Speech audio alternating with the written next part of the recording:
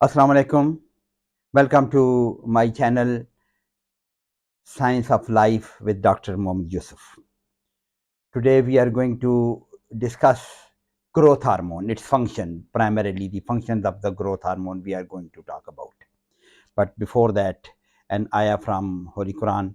I have selected the ayah from Surah An-Naml, ayat number 4 and 5, two ayahs we have selected. आज number 4 is औज़ु बिल्लाहि मिनश शैतानिर रजीम बिस्मिल्लाहिर रहमानिर रहीम इन्नल लज़ीना ला युमिनूना bill आखिरति ज़य्यना लहुम आमालहुम फहुम यामहून। तर्जमा खुद कर सकते हैं। इन्नल लज़ीना, बेशक वो लोग, ला युमिनूना, ईमान नहीं रखते, ईमान नहीं लाते या ईमान नहीं लाएंगे, बिल आखिरा, आखिरत पर, कि जिन लोगों पर आखिरत पर ईमान नहीं होता, ये बहुत कमाल बात अल्लाह पाक ने की हुई है। ज़य्यना लहुम आमालहुम, हम उनके अमाल को जीनत दार बना के उनके सामने रख देते हैं, खूबसूरत लगते हैं, उनके सारे काम उनको बहुत अच्छे लगते हैं। आप देख लें, जिन लोगों का आखिरत पर ईमान नहीं होता वो कितनी गंदे कामों में मुलव्वस होते हैं आम लोगों को, लेकिन उन्हें बड़ा अच्छा लग रहा होता है। इसलिए कि अल्लाह ने कहा हुआ है कि जिनका आखिरत पर ईमान नहीं है, ज़य्यना लहुम आमालहुम फहुम यामहून, जो वो भटकते फिरते हैं, वो अंधे हुए भटक फिर रहे हैं। कि जो लोग क़यामत पर ईमान नहीं लाते, हमने उन्हें उनके करतूत जीनतदार कर दिखाए, उन्हें ज़य्यना लहुम आमालहुम, मुज़य्यन हो गए उनके अमाल, उन्हें अच्छे लगते हैं, हो कमाल कर रहे हैं। तो ये भटकते फिरते हैं। इसके लिए दूसरी आयत अल्लाह पाक फरमाते हैं, उलाइकल लज़ीना लहुम सूउल अज़ाब, इनके लिए सबसे बुरा अज़ाब है। वहुम फिल आखिरति हुमुल अख़सरून, क़यामत के दिन, आखिरत वाले दिन सबसे ज्यादा खसारे में यही लोग होंगे, कि यही लोग हैं जिनके लिए बुरा अज़ाब है और आखिरत में भी वो सख्त नुकसान याफ्ता है, नुकसान वाले हैं। अल्लाह पाक हमें समझ और अमल की तौफीक अता फरमाए। So we'll talk about, I'm going to talk about growth hormone, its function हम डिस्कस करेंगे। growth hormone is also known as somatotrophic hormone, पूरे बॉडी के लिए ट्रोफी है, यानी स्टिमुलेट करने वाली है, ग्रोथ को स्टिमुलेट करने वाली है। इसी को सोमैटोट्रोफिक हार्मोन और सोमैटोट्रोपिन हम इसको कहते हैं। It is a protein, not very big protein, 191 amino acid का एक प्रोटीन है। ये प्रोटीन हार्मोन है। मॉलिक्यूलर वेट इसका 22,005, ये 22,000 इसका मॉलिक्यूलर वेट है। इसका नाम जो बताया हुआ growth hormone, because it causes growth of all the tissues capable of growing, जो ग्रो करने वाले टिश्यू हैं, सारे टिश्यू को ये ग्रोथ करती है। ये कैसे करती है आगे हम देखते हैं। ये देखें, ऐसी करती होगी, सेल प्रोलिफरेट करवाती है, ग्रोथ में यही होगा ना, proliferation, multiplication of the cells होता है कई जगहों पर, and size of the cell बढ़ सकता है, डिपोजिशन ऑफ द मटेरियल और proteins in the cell, size of the cell बढ़ेगा, ग्रोथ है। और then differentiation of the cells, उसमें भी it is helpful for the growth के ये प्रोसेस है। एंड बोन एंड कार्टिलेज की स्पेशल ग्रोथ हम आगे जिक्र करेंगे। बोन और कार्टिलेज जो ग्रो कर रहे हैं, हमारी हाइट बढ़ रही है, मसल बड़े हो रहे हैं, बोन बड़ी हो रही है, बोन बड़ी हो रही है, हाइट बढ़ रही है, पूरा जिस्म बढ़ रहा है। तो बोन एंड कार्टिलेज की ग्रोथ, तो सारे टिश्यू जो ग्रो करने के काबिल हैं, उन पर ग्रोथ हार्मोन ग्रोथ काज करती है। ये डायग्राम आपको दिखा रही है कि effect of the growth hormone.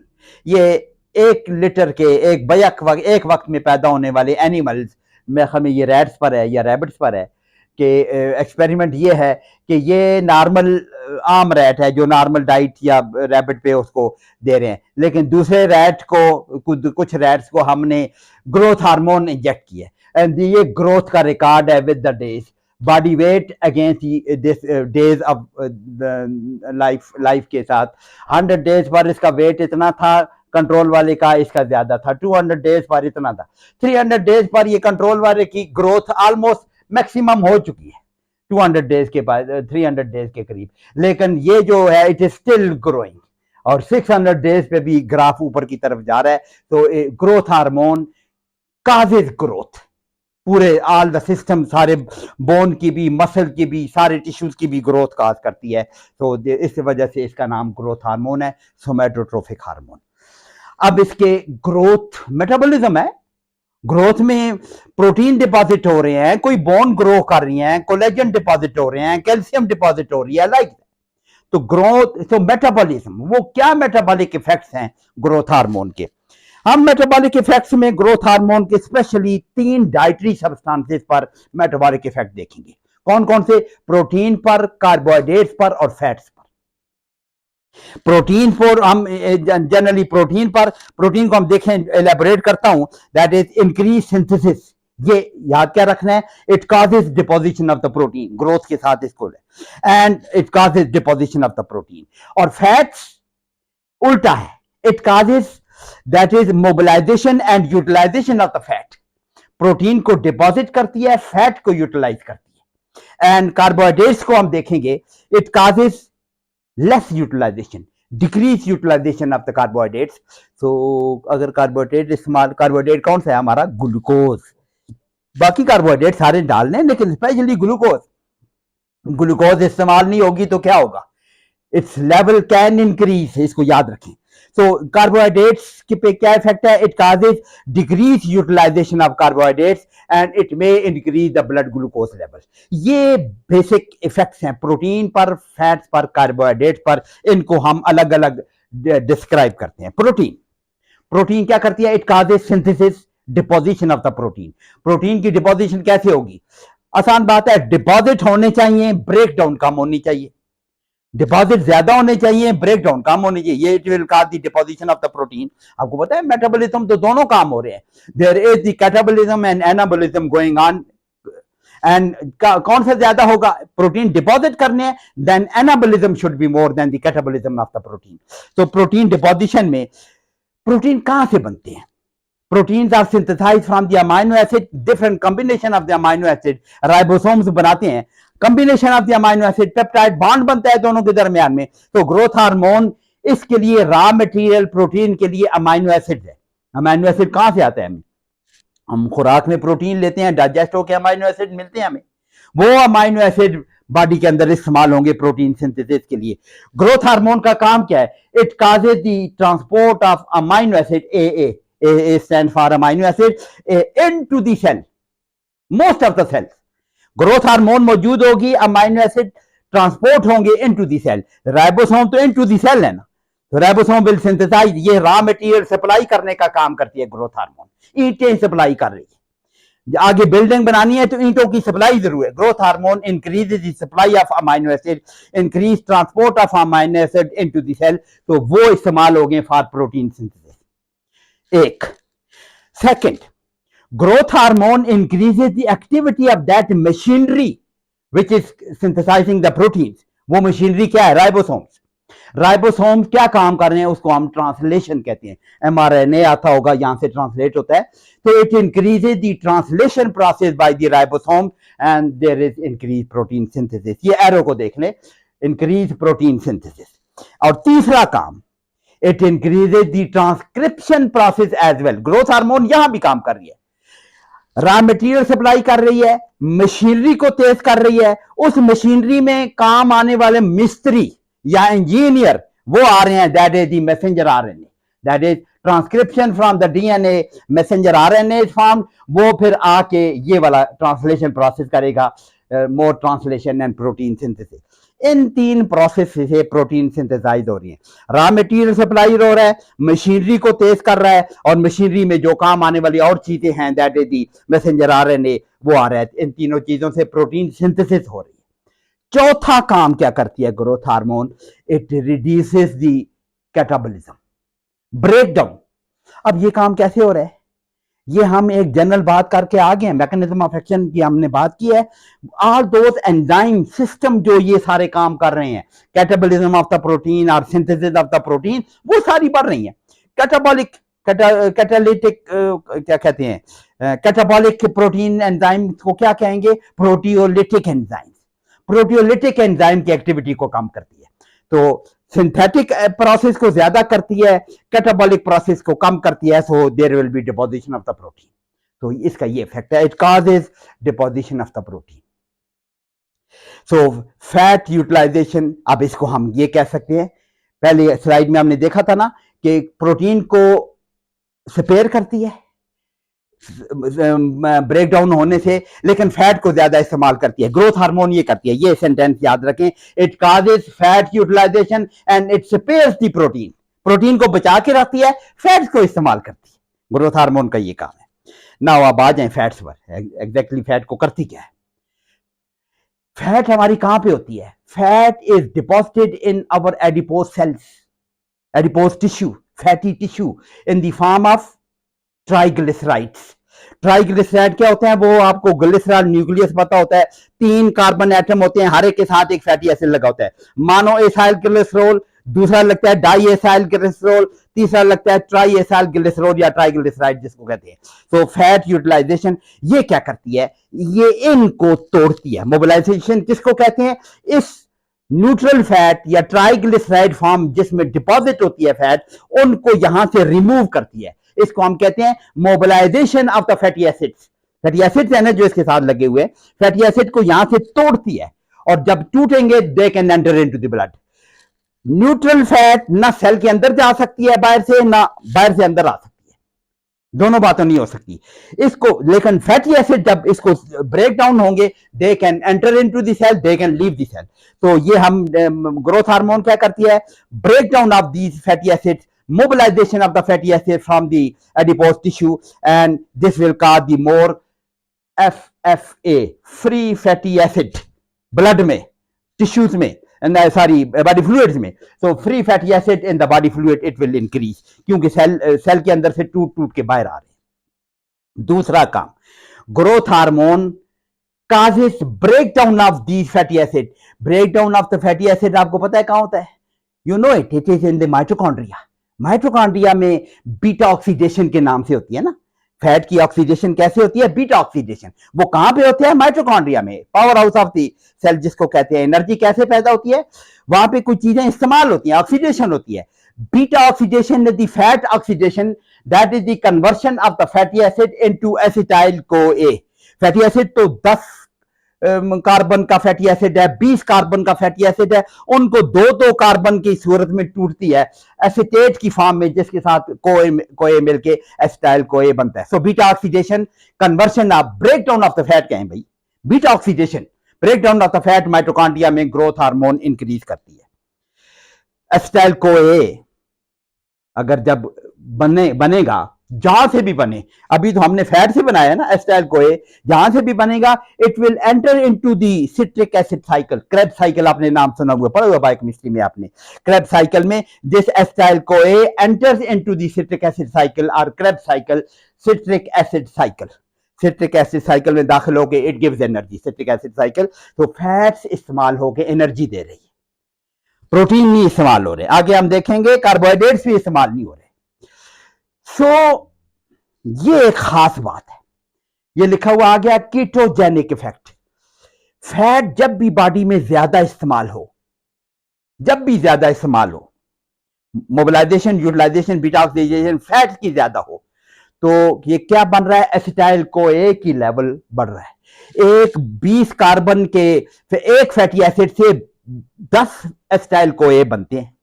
तो फैटी एसिड तो इतने लंबे लंबे वो चेन है, जब वो टूट टूट के large number of acetyl CoA। Acetyl CoA जब भी ज्यादा हो, ये इसकी प्रॉपर्टी है, 2 एसिटेट मिल जाते हैं, आपस में कंडेंस हो जाते हैं। 2 कार्बन वाला जो एसिटेट है, दे कंबाइन टुगेदर, तो क्या बनेगा? एसिटोएसिटिक एसिड। एसिटोएसिटिक एसिड, इसको हम कीटोन बॉडी कहते हैं। This is ketone, acetoacetic acid. और फिर ये कन्वर्ट होता है एक और में, बीटा हाइड्रोक्सी ब्यूटारिक एसिड, वो भी इसी से बनता है। और it is converted into acetone, वो भी इसी से बनता है। तो ये तीनों चीजें एसिटाइल CoA से आती हैं। तो जब भी फैट ज्यादा इस्तेमाल हो, एसिटाइल CoA की कंसंट्रेशन ज्यादा हो जाए, तो देयर आर चांसेस के level of ketone bodies increases. Acetoacetic acid बनेगा, बीटा हाइड्रोक्सी ब्यूटारिक एसिड बनेगा और एसीटोन बनेगा। इन तीनों चीजों को हम कहते हैं कीटोन बॉडीज। तो कीटोन बॉडीज का ज्यादा होने को हम कहते हैं कीटोसिस। कीटोसिस, तो ग्रोथ हार्मोन प्रोड्यूसेस कीटोसिस, इसलिए कहते हैं it has got ketogenic effect.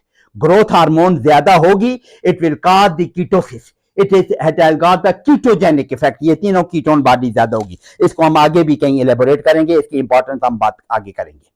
तो ग्रोथ हार्मोन ये कैसे है? ग्रोथ हार्मोन एसिटाइल कोए को ज्यादा करती है, that is converted into acetoacetic acid, that is converted into beta hydroxy butyric acid and acetone, वो भी इसी से बनता है। तो ये तीनों चीजें ज्यादा हो जाने को हम कहते हैं कीटोसिस। तो growth hormone has got the ketogenic effect. अब अगली साइड पे एक और खास इफेक्ट है, diabetogenic effect. Growth hormone diabetes भी पैदा कर सकती है। It has got the diabetogenic effect, it increases the blood glucose level. ये कीटोजेनिक इफेक्ट को याद रखना है, आगे डायबिटोजेनिक इफेक्ट अगली स्लाइड में आ रहा है। तो ग्रोथ हार्मोन में काज फैटी लिवर, वो क्यों? फैट यूटिलाइज, इतनी ज्यादा फैटी एसिड ज्यादा हो रहे हैं, वो कहां मेटाबोलाइज होंगे? लिवर में जाएंगे। तो एक ग्रोथ हार्मोन का ज्यादा it can cause the more deposition of the fat in the liver, जिसको हम फैटी लिवर कहते हैं। तो ये फैट पर ग्रोथ हार्मोन के इफेक्ट है। कार्बोहाइड्रेट्स, तीसरा डाइटरी सब्सटेंस। कार्बोहाइड्रेट पे क्या इफेक्ट है? उसको हमने क्या पहली स्लाइड में क्या कहा था? Less utilization of carbohydrate, increase blood glucose level. तो growth hormone decreases the entry of glucose into the cell. Glucose कहां इस्तेमाल होगी? सेल के अंदर इस्तेमाल होगी। वो ग्लाइकोलिसिस जिसको कहते हैं, break down of glucose to form the pyruvate और देन एसिटाइल कोए, उससे भी बनता है। वो कहां होता है? सेल के अंदर। सेल के अंदर जाएगी तो तब होगा, सेल के अंदर जाने से रोक देती है, ग्लूकोज को सेल के अंदर जाने नहीं देती। It reduces the uptake of glucose by the cell, entry of the glucose into the cell. So naturally glucose will remain in the blood glucose level will increase. Growth hormone also causes more production of glucose in the liver. ये क्या है? Liver में glucose कहां से बन रहा है? Glycogenolysis और ग्लूकोनियोजेनेसिस, दो बातें हैं लिवर में ग्लूकोज बनने की। ग्लाइकोजन जो स्टोर हुई है उसको तोड़ के हमने ग्लूकोज बनाना है, या प्रोटीन को कन्वर्ट करना है इनटू दिस ग्लूकोज। तो ये लिवर में आता है। तो growth hormone increases the production of glucose in the liver, it also increases the blood glucose level. पहले इस तरह बढ़ा रही है, entry of the cell enter नहीं होने दे रही, लिवर के अंदर और ग्लूकोज बना रही है, तो it is increasing the blood glucose level. तीसरा काम ये, और it increases the insulin secretion. Growth hormone का अपना डायरेक्ट इफेक्ट है कि बीटा सेल, जो आपको पता है पेनक्रियाज से इंसुलिन सिक्रीट होती है, हम पढ़ेंगे at proper time. Beta cells वहां पे पेनक्रियाज में, वहां से इंसुलिन सिक्रीट होती है। ये बीटा सेल को भी इंसुलिन प्रोड्यूस करवाती है। ये जरूरी है, ये चाहिए, क्योंकि ये ग्लूकोज का लेवल जो बढ़ रहा है, कोई तो हो जो इसको रोक सके। तो इंसुलिन ग्लूकोज लेवल को कम करने के लिए आनी चाहिए, ये अल्लाह का एक निजाम है। ग्रोथ हार्मोन ग्लूकोज लेवल को बढ़ा रही है, लेकिन at the same time insulin को कह रही है आओ भाई तुम मदद करो हमारी। तो insulin, it increases insulin secretion. लेकिन इसका एक नुकसान है, growth hormone resistant to insulin, that is decreases the activity of insulin for the glucose utilization. Insulin का काम ग्लूकोज को यूटिलाइज करना है, लेकिन ग्रोथ हार्मोन अगर ज्यादा मौजूद हो तो इंसुलिन को काम नहीं करने देती। पैदा तो कर रही है, काम करने से रोक रही है किसी हद तक। तो इस वजह से भी इंसुलिन तो पैदा हो रही है, लेकिन अच्छा काम नहीं कर रही, करती है काम, अच्छा काम नहीं कर रही, तो उसकी वजह से भी blood glucose level will increase. Insulin हम कह रहे हैं कि डेफिनेटली कम काम कर रही है। तो ग्रोथ हार्मोन, ये तो कार्बोहाइड्रेट्स पर इफेक्ट हो गए, हमें समझ आ गई। एंट्री ऑफ द ग्लूकोज कम हो गई, ग्लूकोज सिंथेसिस ज्यादा हो गई, और फिर इंसुलिन प्रोड्यूस हो गई है, लेकिन ज्यादा काम करने नहीं दे रही, ब्लड ग्लूकोज लेवल अभी तक बढ़ रहा है। आगे एक और काम देखें, ये हम पिछली स्लाइड में देख के आगे हैं। Growth hormone increases the free fatty acid level, वो mobilization of the fatty acid. ये फैटी एसिड लेवल जब भी ज्यादा हो बॉडी में, तो इंसुलिन की सेंसिटिविटी कम हो जाती है। जो मोटे लोग, फैटी लोग खा खा के फैट डिपॉजिट करते रहते हैं, उनको डायबिटीज क्यों होती है? एक वजह उसकी ये भी है, ये high level of fatty acid in their blood, जो फैटी लोग होते हैं, दैट वो इंसुलिन की सेंसिटिविटी को कम करते हैं, लिवर और मसल में कम करते हैं। तो फिर इंसुलिन काम ना करे तो उसको तो डायबिटीज कहते हैं, उसी को तो हम डायबिटीज कहते हैं। सो ये 3-4 बातों की वजह से ग्रोथ हार्मोन इज डायबिटोजेनिक, वो कीटोजेनिक बोला था मैंने। It is increasing the blood glucose level, ये भी डायबिटोजेनिक है। लेकिन ज्यादा खतरनाक बात यह है कि it is reducing the activity of insulin, sensitivity of the tissues to insulin. Insulin तो का काम है ग्लूकोज को मसल में दाखिल करना, लेकिन ग्रोथ हार्मोन इसको रोकती है ना भाई, नहीं दाखिल होने दे। So it causes the diabetes mellitus. ये नाम जो लिखे हुए हैं डायबिटीज मेलाइटिस, NIDDM, इसको हम प्रॉपर टाइम पे देखेंगे। Non insulin dependent diabetes mellitus, type 2 diabetes mellitus जिसको कहते हैं। तो ग्रोथ हार्मोन अगर किसी में ज्यादा हो वो डायबिटिक हो जाता है।